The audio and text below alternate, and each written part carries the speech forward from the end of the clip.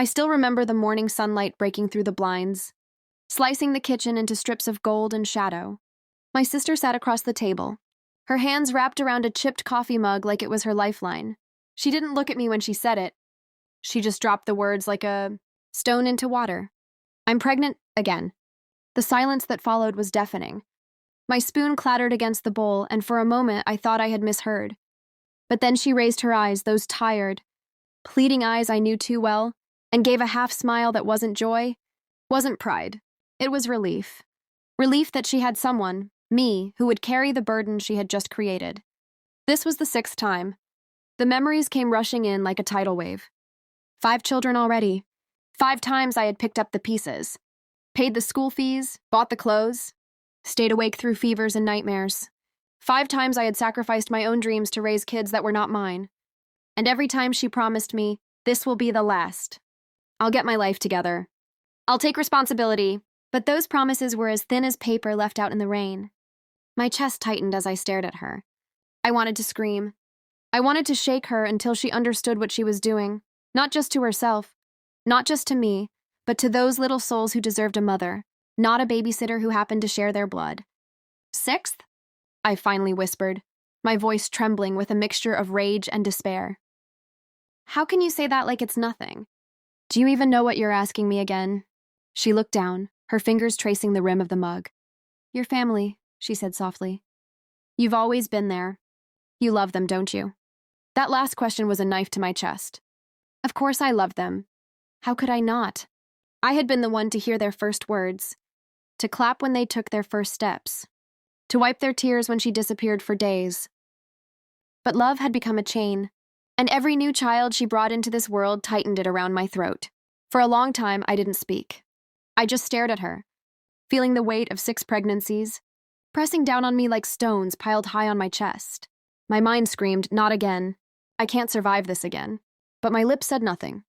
My silence was her answer, and yet she leaned back in her chair as though she had already won, as though my exhaustion was nothing more than a phase that would fade when she handed me another baby to cradle. Inside, though, something had broken. A fire started burning where only resignation had lived before. That day, I made a promise to myself. This time, it would be different. This time, I would not surrender my life to her choices. This time, she would face the storm she had created. But deep down, I knew. Storms don't just destroy one house. They swallow everything in their path. And I feared, with a bone-deep dread, that I was about to lose more than just my sister. The night after her announcement, I couldn't sleep. The ticking of the clock felt like hammers pounding against my chest. I lay awake, staring at the cracked ceiling of my small apartment, every second echoing with her words, "You love them, don't you?" Of course I love them. Those children were the only reason I had endured this long. But love is not enough when your soul is splintering under the weight of someone else's irresponsibility. I thought of each of them. Little Emma, age 10 now, who still wets the bed when her mother doesn't come home. Josh, 8, who asks me every night if I'm his real mom. The twins, only 6, whose laughter hides the fear of being forgotten. And baby Lily, barely 3, who clings to my leg every morning as though letting go would mean losing me forever. Each child carried scars they didn't deserve, and I carried the guilt of covering for a sister, who had long since abandoned the word responsibility. The next morning, I sat her down in my living room. Bills were piled on the table. Rent, utilities, school payments, groceries, all stamped with angry red letters. I pushed them toward her.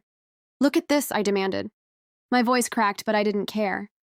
"This is what raising your children costs. This is what I've been drowning in for years. And now you expect me to do it again? With another baby?" She sighed, leaning back on the couch as if this was just another lecture she could outlast. "I'll get a job," she muttered. "I'll talk to their father. Things will change this time." I laughed bitterly. "You've said that after every child, every mistake. Do you even hear yourself anymore?" Her eyes flashed with anger. "What do you want me to do, huh? Abort? Give them up? You think it's so easy?" Her words stabbed me, but I refused to flinch. "No," I whispered. "I want you to be a mother. For once in your life, be the mother they need instead of leaving me to play the role." She stood up, pacing the room. "You don't understand. You've never been in my shoes." I slammed my hand on the table, the sound startling even me. And you've never been in mine. I've sacrificed jobs, relationships, dreams, all for kids that aren't mine. I've lived in the shadow of your mistakes. And you dare tell me I don't understand? The air between us turned thick, almost poisonous. For the first time, she didn't look like my little sister. She looked like a stranger, someone selfish, someone who used me like a crutch. Her voice softened, almost breaking. But you won't leave me, right? You're all I have. Tears welled in my eyes, but I forced my jaw to tighten. I can't answer that anymore. The silence that followed was louder than any argument we had ever had. She stared at me like I had just betrayed her. But what she didn't understand was that she had been betraying me for years. With every broken promise, every abandoned responsibility, that night, as I tucked the children into bed, Emma whispered, "Auntie, will Mommy be here tomorrow?" I smiled, though my heart cracked. "I don't know, sweetheart. I really don't know." But inside, I made another promise. I would no longer cover her failures. The question was, could I actually keep it? Because the more I pulled away, the more her life and the children's lives would spiral. And deep down, I feared one thing most of all. When a storm consumes a mother, it doesn't leave the children untouched. The days after our fight felt like walking on shattered glass. My sister barely spoke to me, and when she did, it was with sharpness in her tone, as if I had betrayed her by finally speaking the truth. But I knew, if I stayed silent now, I would drown. One evening, after another long day of juggling work and the children, I came home to find chaos waiting for me. The twins were crying, Lily was screaming for food, and Emma was desperately trying to boil water on the stove while Josh ran around looking for his homework. My sister was nowhere to be seen. "Where's your mom?" I asked Emma, trying to calm her down. She said she was going out. She didn't say when she'd be back. My heart sank. She had promised that she would start being present. That night I cooked, cleaned, helped with homework, soothed tears, and tucked 5 children into bed. By the time I collapsed onto the couch, my body felt like it belonged to someone twice my age. Around midnight, the front door creaked open. My sister stumbled in, smelling of alcohol and smoke. Her belly, already heavy with her 6th child, was exposed under her loose shirt. I stared at her, rage boiling inside me. "Do you even realize what you're doing?" I hissed. "You left them alone." Emma was trying to cook. What if the house caught fire? What if something happened to the baby inside you? She rolled her eyes, tossing her purse on the floor. "You're overreacting." They were fine. You were here.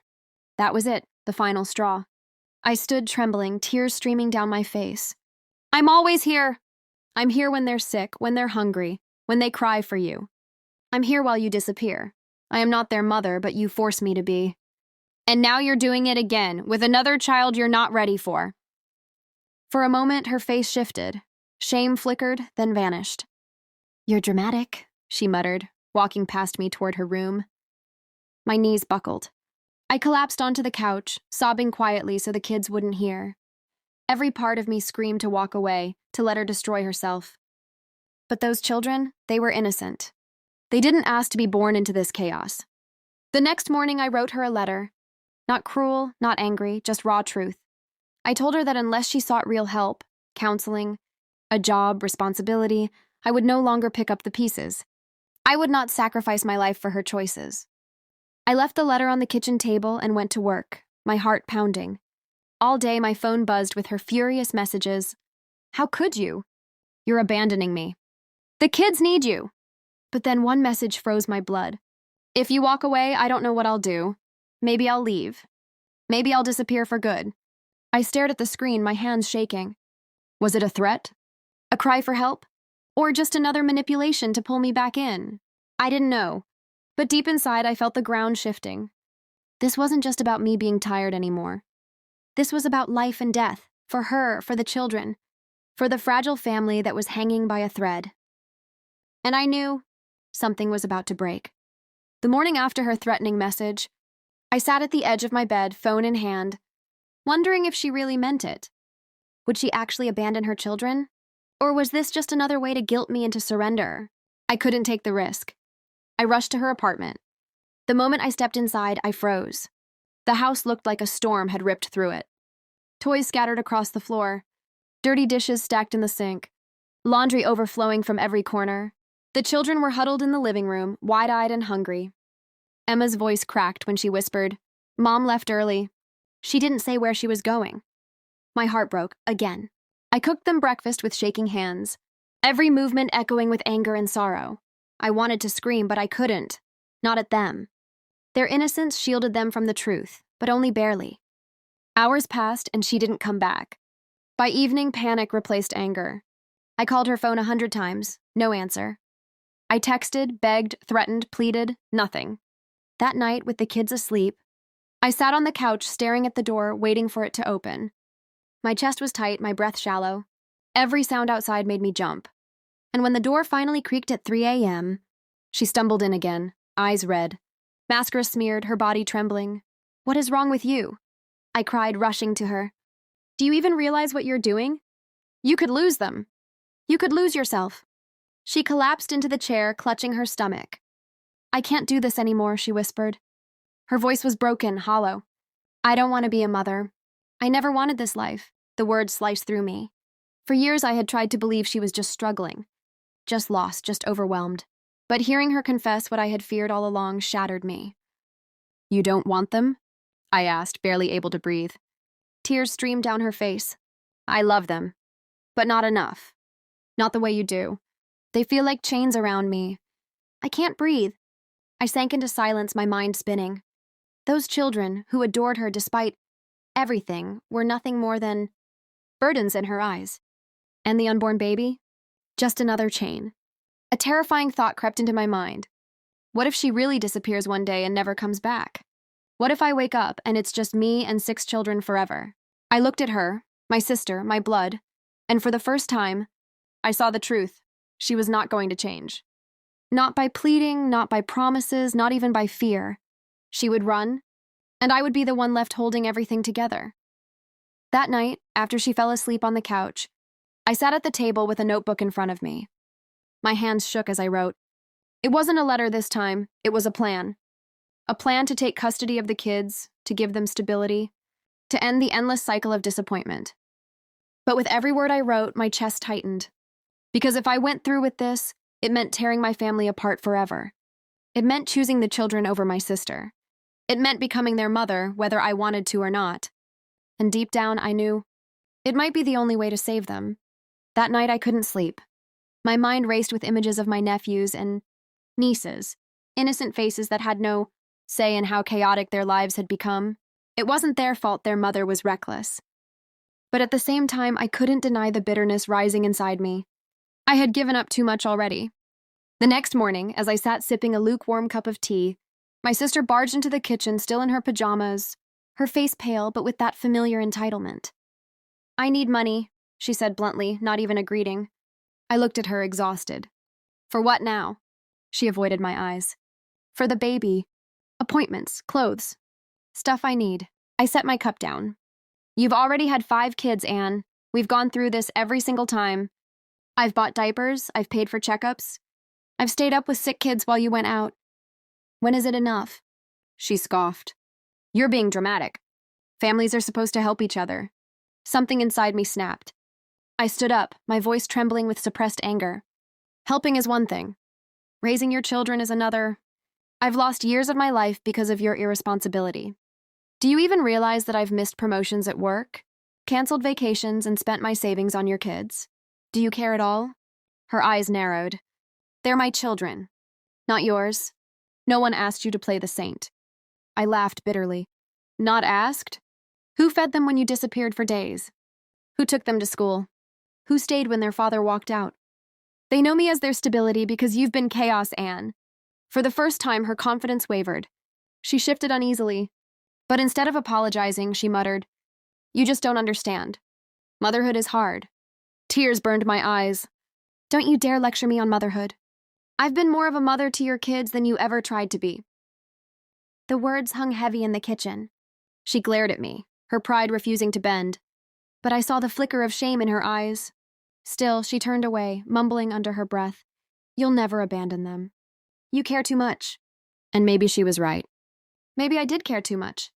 But that didn't mean I could keep sacrificing myself indefinitely. Something had to change.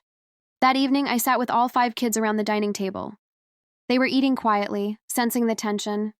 My heart broke looking at them. Each one carrying a piece of innocence their mother didn't know how to protect. "I need to talk to you," I said softly. Their little eyes lifted toward me. "Things might change soon, but I promise. I'll always love you, always." The youngest, just 5 years old, tilted her head. "Are you leaving us?" My throat closed up. I shook my head quickly, forcing a smile. "No, sweetheart. Never leaving you. But we might need some help. Big help." I knew then what I had to do. Tomorrow, I would make the hardest call of my life, a call to child services. Not because I didn't love them, but because I loved them too much to let them continue in this cycle of instability. And even though the thought tore me apart, I knew it was time. The next morning, my hands shook as I held the phone. I had written the number for child services days ago, but never had the courage to dial it. I looked at the kids, still asleep on the couch, huddled together like a little pack trying to protect themselves from a storm. My heart screamed, "Don't do this. They'll think you're abandoning them." But another voice whispered, "You're not abandoning them. You're saving them." I finally pressed the call button. My voice cracked as I explained the situation, the constant neglect, the endless pregnancies, the burden that had fallen on me. The woman on the other end listened with quiet patience, then said, "You did the right thing. We'll send someone to assess the situation." When I hung up, my stomach churned with guilt. The children deserved stability, a safe future. But I dreaded the moment they would realize what I had done. Later that day, when the caseworker arrived, Anne's reaction was explosive. She screamed, cursed, and lunged at me. "How dare you betray me? You're my sister." I stood firm, tears streaming down my face. "No, Anne, I'm not betraying you. I'm protecting them. You had chance after chance, and you chose yourself every single time. This ends now." The children clung to me, their eyes wide and terrified. The oldest, just 12, whispered, "Please, don't let them take us away." Those words nearly broke me. I hugged them tightly, choking on my tears. "I promise no one will take you away from love. Not anymore." The caseworker assured me that kinship, placement was possible, that I could apply to become their legal guardian. The relief and weight of that responsibility hit me all at once. My knees buckled, but in that moment, I knew my choice. "I'll take them," I said firmly. "All of them. I've been raising them already. And I'll keep doing it, but this time with the law on my side." Anne laughed bitterly through her tears. "You think you're the hero? You're just making me the villain." I looked her in the eye, my voice steady but broken. "Anne, you made yourself the villain the moment you put your children last." The paperwork began. It wasn't instant, but it was real. For the first time in years, I felt hope.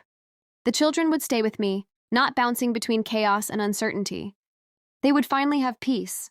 That night, after everyone was asleep, I sat alone in the quiet living room. My heart was heavy with sadness for my sister, how far she had fallen, how blind she was to the damage she'd done. But at the same time, I felt a new fire inside me. This was no longer a temporary sacrifice. This was a choice. A promise. The next morning, as the children woke up and shuffled into the kitchen, I greeted them with a smile, tired but genuine. "Good morning, my loves. Guess what? From now on, this house is officially our home, and no one is going to tear us apart." For the first time in a long while, their faces lit up with real joy. I knew the road ahead wouldn't be easy, but at least it would be ours.